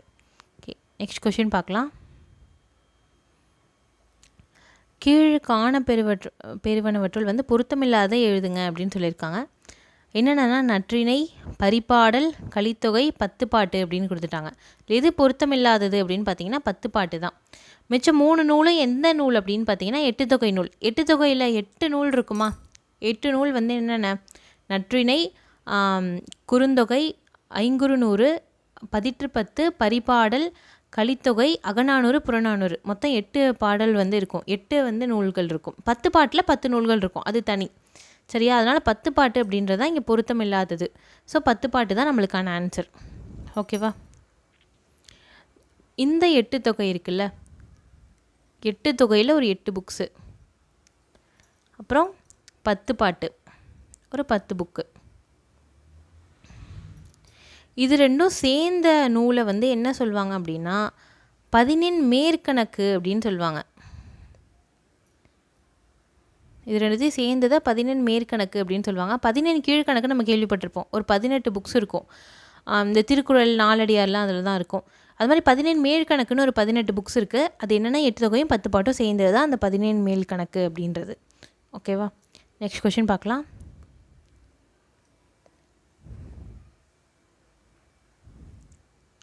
கல்வி அழகே அழகு அப்படின்னும் கல்வி கரையில் கற்பவர் நாள் சில அப்படின்னு சொல்கிற நூல் என்ன அப்படின்னு சொல்லியிருக்காங்க. இது என்ன நூல் அப்படின்னு பார்த்தீங்கன்னா நாலடியாரில் சொல்லியிருக்காங்க. நாலடியார் வந்து யாரால் எழுதப்பட்ட ஒரு புக்குனா சமண முனிவர்கள் இவங்களால் எழுதப்பட்ட புக்ஸ் தான் நாலடியார். இதுலேயும் வந்து என்னென்னா 3ஆக பிரிச்சிருக்காங்க. அறத்துப்பால், பொருட்பால், இன்பத்துப்பால் அப்படின்னு இங்கேயும் வந்து 3ஆக பிரிக்கிறாங்க, திருக்குறள் மாதிரியே. ஓகேவா? திருக்குறளுக்கும் இதுக்கும் வந்து ஒரு இது இருக்குது. ஒரு பழமொழி சொல்லுவாங்கள்ல, ஆளும் வேலும் பல்லுக்குருதி, நாலும் இரண்டும் சொல்லுக்குருதி அப்படின்னு. அது வந்து திருக்குறளையும் நாலடியாரும் சேர்த்து வச்சு தான் சொல்கிறாங்க.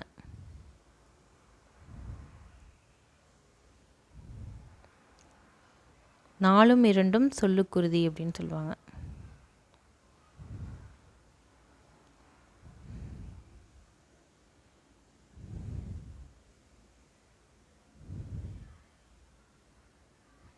ஓகேவா? நாலடியார் ஒரு சிறப்பான ஒரு நூல். இது ஒரு நீதி நூலில் வரும். 17 கீழ்கணக்கு நூல்களில் ஒரு நூல் தான் நாலடியார்.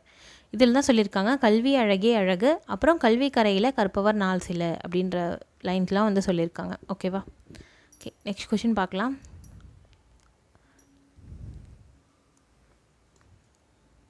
அடுத்த கொஷினில் என்ன கேட்டிருக்காங்கன்னு பாருங்கள். பொன் திறந்து கொண்டு புகவா நல்கினாள் அப்படின்னு வந்து சொல்லியிருக்காங்க. பழமொழி 400 அப்படின்ற டாப்பிக்கில் சொல்லியிருக்காங்க. பழமொழி 400 அப்படின்னு ஒரு புக் இருக்குது, அதில் சொல்லியிருக்காங்க. இந்த பழமொழி 400 எழுதினவர் யார் அப்படின்னு பார்த்தீங்கன்னா முன்றுரை அரையனார் அப்படின்றவர். முன்றுரை அரையனார் எழுதினது பழமொழி 400.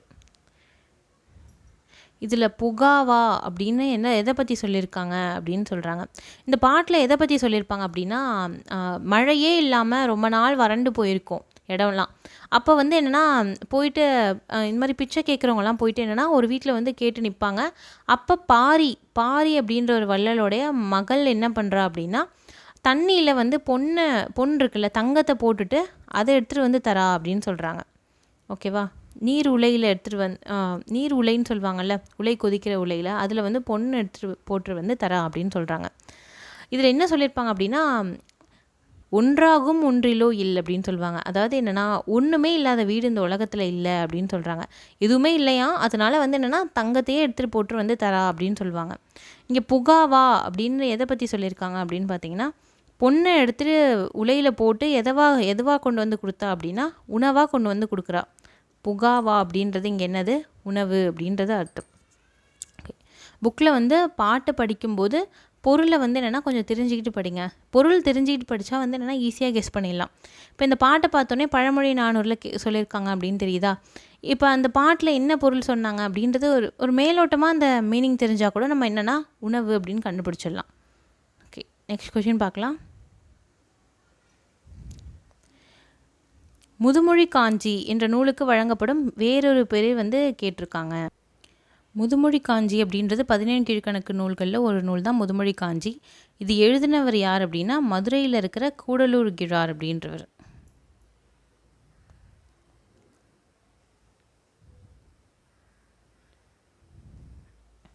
கூடலூர் கிழார் அப்படின்றவர் தான் எழுதியிருக்காரு.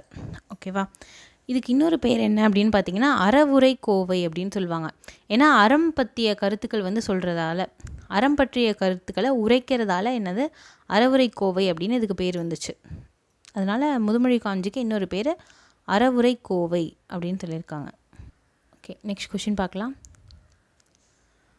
அடுத்த கொஷினில் என்ன கேட்டிருக்காங்கன்னு பாருங்கள். பொம்மல் அப்படின்றதுக்கு சோறு அதுக்கு என்ன பொருள் அப்படின்னு கேட்டிருக்காங்க. பொம்மல் அப்படின்னா என்னது? சோறு அப்படின்னு அர்த்தம். சோறுக்கு வந்து இன்னொன்று என்ன கேட்கலான்னா அடிசில். அடிசில்னாலும் சோறு அப்படின்றது தான் ஆன்சர்.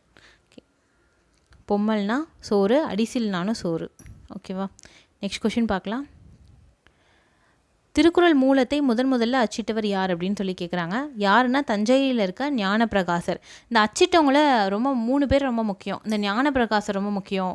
ஓவே சாமிநாதர், நம்ம தமிழ் தாத்தான்னு சொல்கிறோம்ல, அவர் ரொம்ப முக்கியம். அடுத்தது சி.வை. தாமோதரனார் அப்படின்னு ஒருத்தர் இருப்பார். இவங்க 3 பேரும் ரொம்ப முக்கியம் அச்சிட்டதில். இதில் தஞ்சாவூர் ஞானப்பிரகாசர் தான் வந்து என்ன அச்சிட்டார்? திருக்குறள் மூலத்தை முதல்ல 1812ஆம் வருஷம் வந்து அச்சிடுறார்.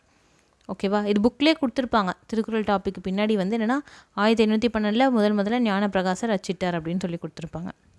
ஓகேவா. பரிமேலழகர் அப்படின்றவர் திருக்குறளுக்கு உரை எழுதினவர். பாரதிதாசனுக்கெலாம் சம்மந்தம் இல்லை இதோட. ஓகே, நெக்ஸ்ட் கொஷின் பார்க்கலாம்.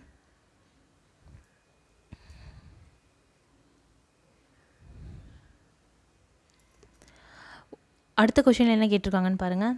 ஓடையிலே ஊறுகின்ற தீஞ்சுவை தண்ணீரே உகந்த தண்ணீர் இடைமலர்ந்த சுகந்த மணமலரே அப்படின்னு பாடுறாரு. ஓடையில் ஊறுகின்ற தீஞ்சுவை தண்ணீரை வந்து பற்றி பாடுறாரு. அதுக்கப்புறமா அந்த தண்ணீர் கிடையில் மலர்ந்து இருக்கிற சுகந்த மணமலரே அப்படின்னு பாடுறாரு. சுகந்த மணமலர்னா சுகந்தம் அப்படின்னா நல்ல வாசனை வீசுகிற மலரே அப்படின்னு சொல்லி பாடியிருக்காரு.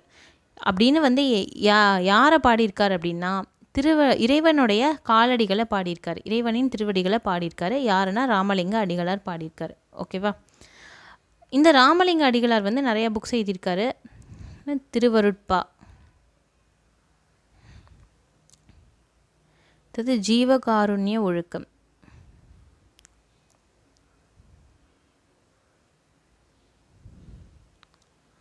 மனுமுறை கண்ட வாசகம், நிறையா புக்ஸ் வந்து எழுதியிருக்காரு. இவருடைய பிறந்த ஊர் என்னன்னு பார்த்தீங்கன்னா மருதூரில் தான் பிறந்தார். பட் இவர் சத்திய தர்மசாலை, இந்த சத்தியஞான சபையில் நிறுவனத்து என்னென்னா அது பக்கத்தில் இருக்க வடலூர் அப்படின்ற ஒரு ஊரில் தான் வந்து நிறுவியிருக்கார். ஓகேவா. தைப்பூசம் அன்னைக்கு வந்து என்னென்னா ஃபேமஸாக வந்து ஃபெஸ்டிவல்ஸ்லாம் நடக்கும் வடலூரில். ஓகேவா. இவருக்கு தான் வந்து நடக்கும் ஃபெஸ்டிவல்ஸ், ராமலிங்க அடிகளாருக்கு வந்து நடக்கும். வாடிய பயிரை கண்டபோதெல்லாம் வாடினேன் அப்படின்றவர் வந்து ஒன்று சொல்லியிருப்பார், ஒரு சென்டென்ஸ். அது கூட யார் சொன்னது அப்படின்னு கேட்கலாம். ராமலிங்க அடிகளார் வந்து சொல்லியிருக்காரு. இவருடைய இயற்பெயர் பார்த்தீங்கன்னா இன்னொரு பேர் இருக்கும், என்னென்னா திருவருட்பிரகாச வள்ளலார்.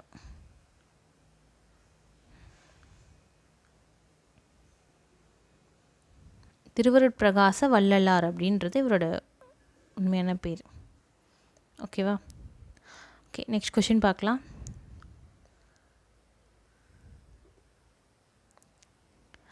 இதெல்லாம் எந்தெந்த பாடல் வரி யார் பாடினது அப்படின்னு சொல்லி கேட்குறாங்க. காலை மாலை உலாவி நிதம், இது வந்து கவிமணி வந்து பாடியிருப்பார் இந்த புக்கை.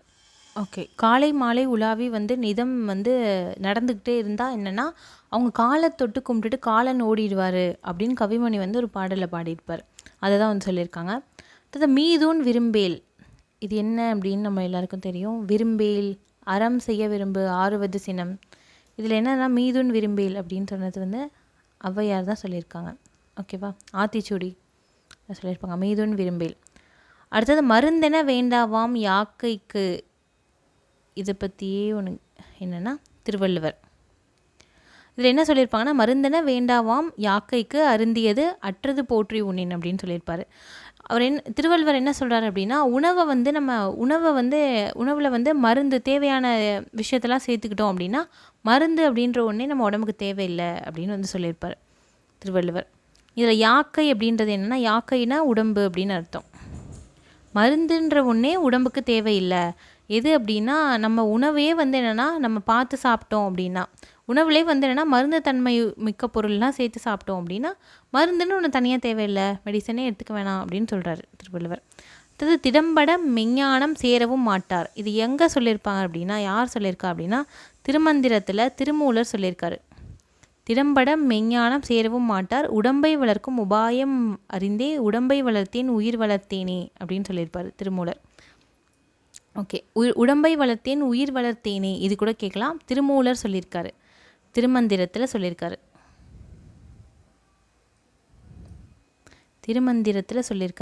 இந்த திருமந்திரத்துக்கு இன்னொரு பேர் தமிழ் 3000 அப்படின்னு சொல்லுவாங்க.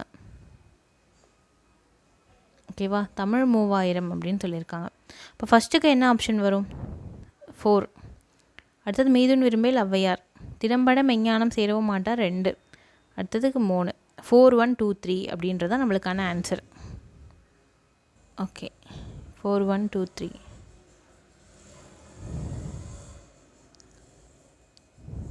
ஆப்ஷன் சி தான் நம்மளுக்கான ஆன்சர். ஓகேவா, நெக்ஸ்ட் கொஷின் பார்க்கலாம்.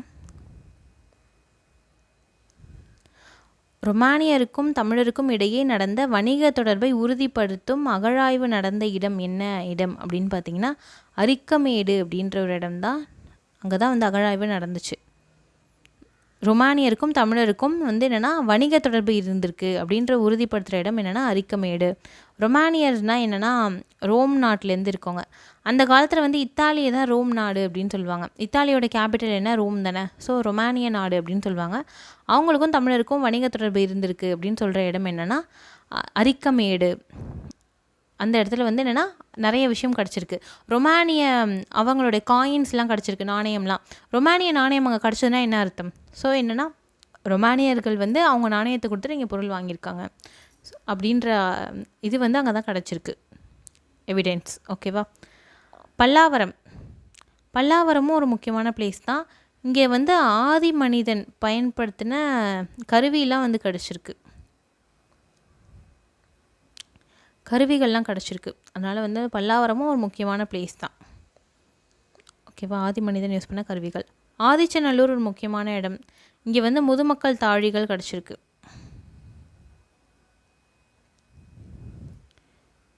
முதுமக்கள் தாழிகள் நிறைய கிடச்சிருக்கு ஆதிச்சநல்லூரில். ஓகேவா. கீழடி, கொடுமணல், மயிலாடும்பாறை நிறைய ரீஜன் இருக்குது ஆர்கியாலஜிக்கல் சைட்டு. இப்போ கங்கை கொண்ட சோழபுரமில் கூட என்னென்னா அகழாய்வு நடத்திட்டு இருக்காங்க. இப்போ எக்ஸாம் போகும்போது என்னென்னா அந்த நேரத்தில் எங்கெங்கெல்லாம் அகழாய்வு நடத்துகிறாங்க, அது எந்தெந்த டிஸ்ட்ரிக்டில் இருக்குது அப்படின்றத நம்ம படிக்கணும். ஓகேவா. அங்கே என்னென்னலாம் கண்டுபிடிச்சாங்க, ரீசெண்டாக கரண்ட் அஃபேர்ஸில் ஏதாவது வந்துச்சுன்னா நம்ம படிப்போம். கரண்ட் அஃபேர்ஸில் வந்து நான் இந்த மாதிரி முக்கியமான விஷயம் எங்கெங்கெல்லாம் கண்டுபிடிச்சாங்க, ஆர்கியாலஜிக்கல் டிஸ்கவரிஸ் இதெல்லாம் வந்து என்னென்னா வேறு ஒரு வீடியோவில் நான் சொல்கிறேன். ஓகேவா. நெக்ஸ்ட் கொஷின் பார்க்கலாம். ஆரப்பாளையம், ராசப்பாளையம் என்ற ஊர் பெயர்களோட பாளையத்தை யார் சேர்ந்து வழங்கினாங்க அப்படின்னு சொல்லியிருக்காங்க. இது ஈஸியாக கண்டுபிடிச்சிடலாம், நாயக்கர்கள் அப்படின்னு சொல்லிட்டு. ஏன்னா நாயக்கர்கள் தான் என்ன பண்ணாங்க, பாளையக்காரர்கள் மெத்தடையே கொண்டு வந்தாங்க. அதனால் வந்து அவங்க தான் பாளையம் அப்படின்னு சொல்லி பிரித்தாங்க. அதனால் அவங்க தான் பாளையம் அப்படின்னு பேர் வச்சுருப்பாங்க, நாயக்கர்கள். இந்த பல்லவர்கள் பாண்டியர்கள் காலத்திலலாம் கிடையாது. பல்லவர்கள் பாண்டியர்கள் காலம்தான் வந்து என்னென்னா ரொம்ப முன்னாடி காலம். அவங்க காலத்திலலாம் இந்த மாதிரி விஷயமே கிடையாது. மராட்டியர்களும் கிடையாது. ஓகேவா. நெக்ஸ்ட் கொஸ்டின் பார்க்கலாம்.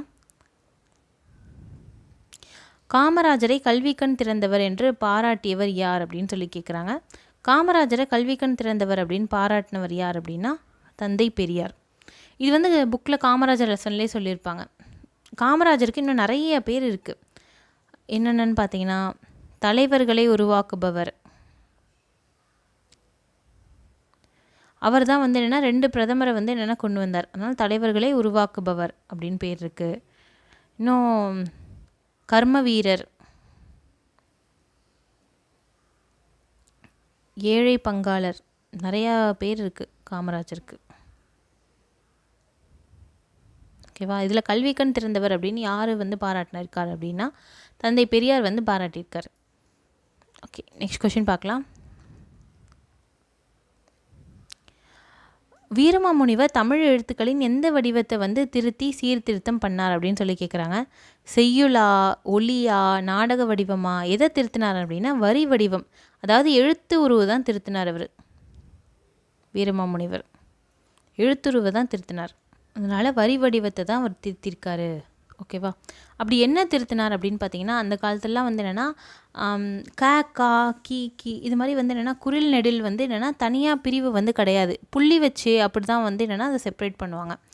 இப்போ எக்ஸாம்பிளுக்கு பார்த்தீங்கன்னா க அப்படின்னு வச்சு பக்கத்தில் புள்ளி வச்சுருப்பாங்க. புள்ளி வச்சா இதுதான் வந்து கா அப்படின்னு அர்த்தம். இப்போ ச அப்படின்னு வச்சு புள்ளி வச்சா இதுக்கு தான் சா அப்படின்னு அர்த்தம்.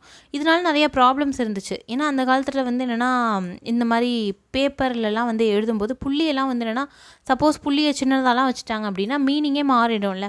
அதனால் நிறையா ப்ராப்ளம்ஸ் இருந்துச்சு. இவர் என்ன பண்ணுறாருனா அதெல்லாம் வந்து திருத்துறார். 2 பேர் எழுத்து திருத்தம் மேற்கொண்டிருக்காங்க தமிழை பொறுத்த வரைக்கும். முக்கியமானவங்க வீரமாமுனிவர், இன்னொருத்தர் பெரியார்.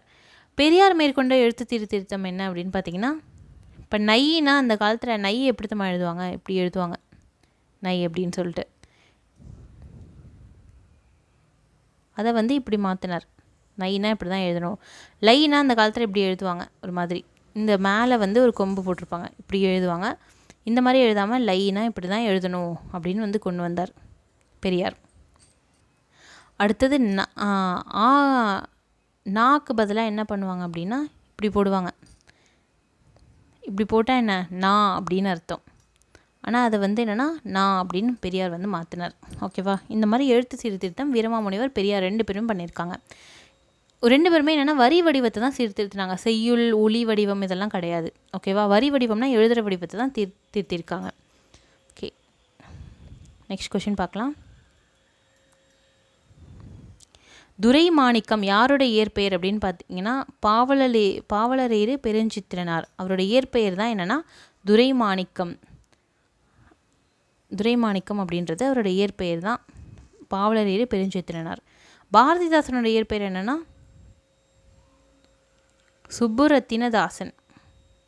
சுப்புரத்தினம். பாரதிதாசனோட இயற்பெயர் என்னென்னா சுப்புரத்தினம். அவர் வந்து பாரதியார் மேலே இருக்க பற்றால பாரதிதாசன் மாற்றிக்கிட்டாரு. சுரதாவோட இயற்பெயர் என்ன அப்படின்னு பார்த்தீங்கன்னா ராஜகோபாலன்.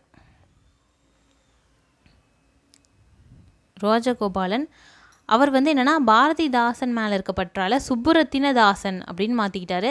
அதை தான் ஷார்ட்டாக சுரதா அப்படின்னு வச்சுருக்காரு. ஓகேவா?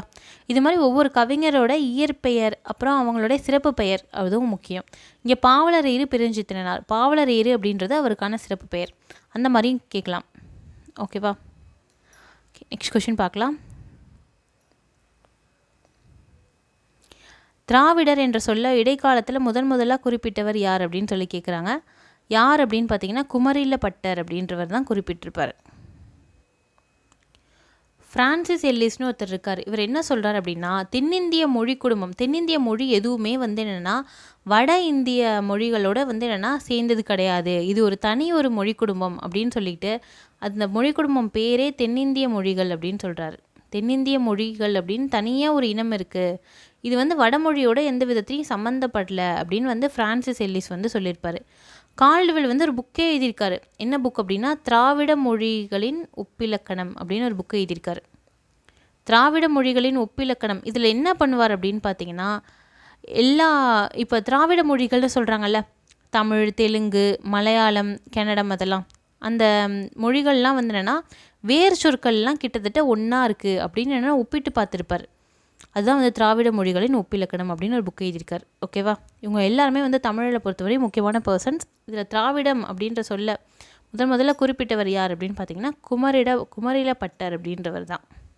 ஓகே, அடுத்தது ஒருத்தர் சொல்லியிருப்பார், தமிழ் அப்படின்ற சொல்லேருந்து தான் திராவிடா அப்படின்ற சொல் வந்துச்சு அப்படின்னு ஒருத்தர் சொல்லியிருப்பார். அவர் யாருன்னு பார்த்தீங்கன்னா ஹீராஸ் பாதிரியார் சொல்லியிருப்பார். இதுவும் ரொம்ப முக்கியமான டாபிக். தமிழை வச்சே நிறைய கொஷின்ஸ் வந்து கேட்பாங்க, அதனால் முக்கியமான டாபிக். ஓகே, நெக்ஸ்ட் கொஷின் பார்க்கலாம். சமண மதத்தில் சில சிற்பங்கள் எப்படி இருக்குமா, அளவுக்கு மீறிய உயரமோடையும் பருமனோடையும் இருக்கும். ஓகேவா? சமண மதத்தில் சில சிற்பங்கள் அளவுக்கு மீறிய உயரம் இருக்கும், அளவுக்கு மீறிய பருமனோடையும் இருக்கும் அப்படின்னு சொல்லியிருக்காங்க.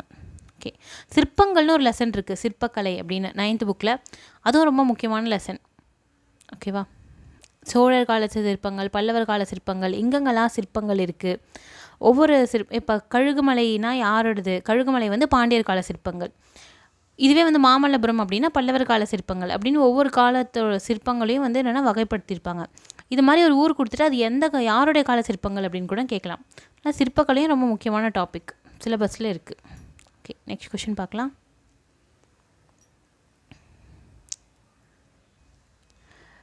இதில் என்னென்ன கொடுத்துருக்காங்கன்னு பாருங்கள். உண்மை சுடும், இது யார் எழுதுனா அப்படின்னா ஜெயகாந்தன் அப்படின்றவர் எழுதியிருக்காரு. ஜெயகாந்தன் ஒரு பெரிய பர்சன், ஞானபீட விருது வாங்கியிருக்கார். இவர் ரொம்ப ஃபேமஸான ஒரு பர்சன். இவருடைய படைப்புகளை வந்து நிறையா வந்து என்னென்னா திரைப்படமாகவும் எடுத்திருக்காங்க. உன்னை போல் ஒருவன், சில நேரங்களில் சில மனிதர்கள், இப்படிலாம் வந்து என்னென்னா திரைப்படமாகவும் எடுத்திருக்காங்க. ஓகேவா? அடுத்தது கலைக்க முடியாத ஒப்பனைகள், இது யார் எழுதுனா அப்படின்னு பார்த்தீங்கன்னா வண்ணதாசன் அப்படின்றவர் எழுதியிருக்காரு. இவருக்கு இன்னொரு பேர் என்னென்னா, இவருடைய இயற்பெயர் என்னென்னா கல்யாண சுந்தரம் அப்படின்றது தான் இவர் இயற்பெயர். அது கல்யாண்ஜி அப்படின்னு வச்சுருப்பார், கல்யாண்ஜி. அப்புறம் வந்து கலைக்க முடியாத ஒப்பனைகள், தோட்டத்துக்கு வெளியவும் சில பூக்கள், ஒளியிலே தெரிவது, இது மாதிரி நிறையா புக்ஸ் வந்து எழுதியிருக்காரு. அடுத்தது பாலைப்புறா. பாலைப்புறா யார் எழுதியிருக்காரு அப்படின்னா சமுத்திரம் அப்படின்ற ஒருத்தர் எழுதியிருக்காரு. பாலைப்புறா, வாடாமல்லி, இது மாதிரிலாம் வந்து நிறையா புக்ஸை வந்து எழுதியிருக்காரு. அடுத்தது இரவின் அறுவடை, இது எங்கே எழுதியிருக்காரு, யார் எழுதியிருக்காருன்னா புவியரசு அப்படின்னு ஒருத்தர் எழுதியிருக்காரு. ஓகேவா? இது மாதிரி ஆசிரியரும் அதோட சிறுகதையும் வந்து கேட்கலாம் மேட்ச் பண்ண சொல்லி. இது எல்லாமே புக்கில் இருக்கிற ஒரு டாபிக் தான். புக்கில் வந்து என்னென்னா துணைப்பாடம்லாம் கொடுத்துருந்தாங்கன்னா பின்னாடி வந்து கொடுத்துருப்பாங்க, அந்த யார் எழுதியிருக்கா அப்படின்னு அந்த ஆத்தர் பேர் கொடுத்துருப்பாங்க. அதுக்கப்புறமா வந்து என்னென்ன புக்ஸ் எழுதியிருக்காரு, சிறுகதை என்ன எழுதியிருக்காரு, கவிதை என்ன எழுதியிருக்காருலாம் கொடுத்துருக்காங்க புது தமிழ் புக்ஸில். அது எல்லாமே படிச்சுக்க வேண்டியது ரொம்ப அவசியம். ஃபஸ்ட்டுக்கு என்னென்னா 3, அடுத்தது 1, அடுத்தது 4, 2. ஆப்ஷன் பி தான் வந்து நம்மளுக்கான ஆன்சர். ஓகேவா? நெக்ஸ்ட் கொஷின் பார்க்கலாம். தமிழ் பல்கலைக்கழகத்தோட தமிழன்னை விருது வந்து யார் வாங்கினா அப்படின்னு சொல்லி கேட்டிருக்காங்க. தமிழ் பல்கலைக்கழகம் எங்கே இருக்குது அப்படின்னா தஞ்சாவூரில் இருக்கா? தஞ்சாவூரில் தமிழ் பல்கலைக்கழகம் இருக்குது. அந்த பல்கலைக்கழகமே பார்த்திங்கன்னா தமிழ்நாடு அப்படின்ற அமைப்பில் வந்து கட்டியிருப்பாங்க. தமிழ்நாடு, அந்த பில்டிங்கே பார்த்திங்கன்னா தமிழ்நாடு அப்படின்ற அமைப்பில் இருக்கும், மேலேருந்து பார்த்தா இந்த மாதிரி கட்டியிருப்பாங்க. தஞ்சாவூரில் தமிழ் பல்கலைக்கழகம். அங்கே தமிழன்னை விருது அப்படின்னு ஒரு விருது கொடுக்குறாங்க. அது யாருக்கு கொடுத்துருக்காங்க அப்படின்னு பார்த்தீங்கன்னா அப்துல் ரஹ்மான் அப்படின்ற ஒருத்தருக்கு கொடுத்துருக்காங்க. இந்த அப்துல் ரஹ்மான் வந்து ஒரு கவிஞர். இவருக்கு வந்து கவிக்கோ அப்படின்னு ஒரு பட்டம் கொடுத்துருக்காங்க. கவிக்கோ அப்துல் ரஹ்மான். கோ அப்படின்னா அரசர், கவிக்கு அரசரான அப்துல் ரஹ்மான் அப்படின்னு ஒரு பட்டம் கொடுத்துருக்காங்க. ஓகேவா? நெக்ஸ்ட் கொஷின் பார்க்கலாம். வாணிதாசன் அவர்களுக்கு பிரெஞ்சு அரசு கொடுத்த விருது என்ன விருது அப்படின்னா செவாலியர் விருது அப்படின்ற ஒரு விருது வந்து கொடுத்துருக்காங்க வாணிதாசனுக்கு. இந்த வாணிதாசன் என்னென்னா பாரதிதாசனுடைய மாணவர் தான் இந்த வாணிதாசன். இவரும் வந்து புதுவையில் தான் வாழ்ந்திருப்பார். ஓகேவா? அந்த காலத்தில் வந்து பாண்டிச்சேரியை வந்து நம்ம கவர்மெண்ட்டுக்கு வரதுக்கு முன்னாடி யார் ஆண்டுட்டு இருந்தாங்கன்னா ஃப்ரெஞ்சு தான் ஆண்டுட்டு இருந்தாங்க. ஸோ ஃப்ரெஞ்சு அரசு அவருக்கு ஒரு விருது கொடுத்துருக்காங்க, செவாலியர் விருது அப்படின்னு வந்து அவருக்கு ஒரு விருது கொடுத்துருக்காங்க. வாணிதாசன் பற்றி வேறு என்ன பார்க்கணும் அப்படின்னு பார்த்தீங்கன்னா இவருக்கு வந்து ஒரு பட்டம் என்னென்னா கவிஞரேறு பாவலர் மணி, இதெல்லாம் இவருக்கு கொடுக்கப்பட்ட பட்டங்கள். இவருடைய இயற்பெயர் என்ன அப்படின்னு பார்த்தீங்கன்னா எத்திராசலு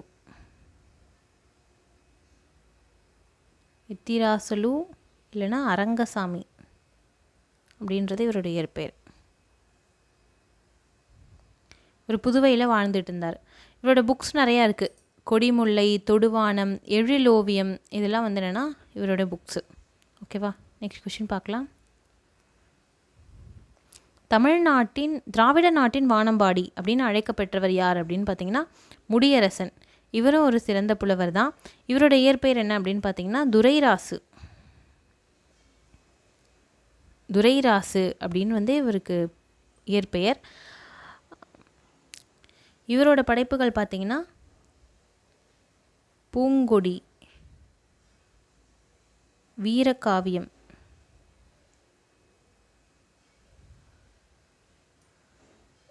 இந்த மாதிரி சில புக்ஸ்லாம் வந்து இருக்குது. ஓகேவா? புக்கில் கொடுத்துருக்க புக்ஸை எல்லாத்தையும் வந்து படிச்சுக்கணும். புக்கில் எந்த கவிஞர்களோட புக்ஸ் வந்து என்னென்ன கொடுத்துருக்காங்களோ அந்த செய்யுள் முடிஞ்சோடனே பின்னாடி கொடுத்துருப்பாங்க ஆசிரியர் குறிப்பு அப்படின்னு, அதில் கொடுத்துருக்க புக்ஸ்லாம் நம்ம படிச்சுக்கணும்.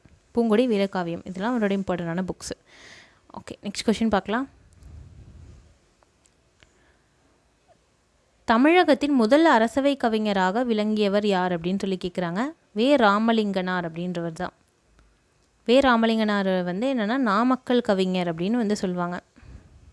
நாமக்கல் கவிஞர் அப்படின்னு இவர் அழைக்கப்படுறார். இவர் எழுதின முக்கியமான புக்ஸ் என்னென்னா என் கதை,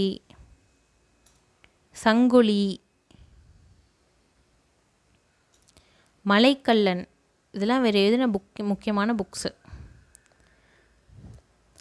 அது மட்டும் இல்லாமல் உப்பு சத்தியாகிரகம் வந்து வேதாரண்யமில் உப்பு சத்தியாகிரகம் பண்ணும்போது கத்தியின்றி ரத்தமின்றி அப்படின்னு இவர் எழுதி கொடுத்த பாடல் தான் வந்து என்னென்னா பாடியிருப்பாங்க. அதுலேயும் வந்து இவர் ஃபேமஸான பர்சன். அப்புறம் தமிழ்நாட்டோடைய முதல் அரசவை கவிஞராக இருந்தவர் யாருன்னா இவர் தான். அடுத்தது கண்ணதாசனும் கொஞ்சம் காலம் வந்து அரசவை கவிஞராக இருந்திருப்பார் தமிழ்நாட்டில். இருந்தாலும் ஃபஸ்ட்டு அரசவை கவிஞராக யார் இருந்தா அப்படின்னா ராமலிங்கனார் இவர் தான் இருந்தார், நாமக்கல் கவிஞர். இவருக்கு இன்னொரு பேர் வந்து காந்திய கவிஞர் அப்படின்னு சொல்லுவாங்க. காந்திய கவிஞர் அப்படின்னு சொல்லுவாங்க. ஓகேவா? ஓகே, அடுத்து வந்து அடுத்த வீடியோவில் வந்து நம்ம நெக்ஸ்ட் பார்ட் வந்து பார்க்கலாம். இப்போ வந்து நம்ம ஹோம்ஒர்க் பார்க்கலாம். என்னென்னு பார்த்தீங்கன்னா ஃபஸ்ட்டு உவமை கவிஞர்னு யாரை சொல்கிறாங்க?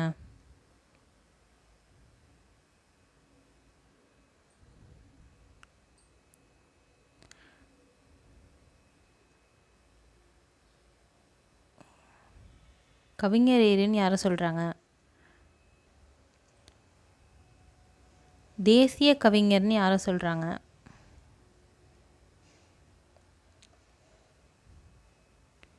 புரட்சி கவிஞர்னு யாரை சொல்கிறாங்க?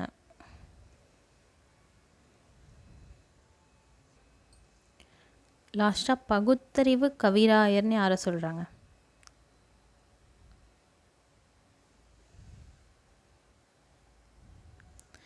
இந்த கொஷினுக்கெலாம் வந்து ஆன்சர் வந்து கமெண்ட் செக்ஷனில் வந்து போடுங்க.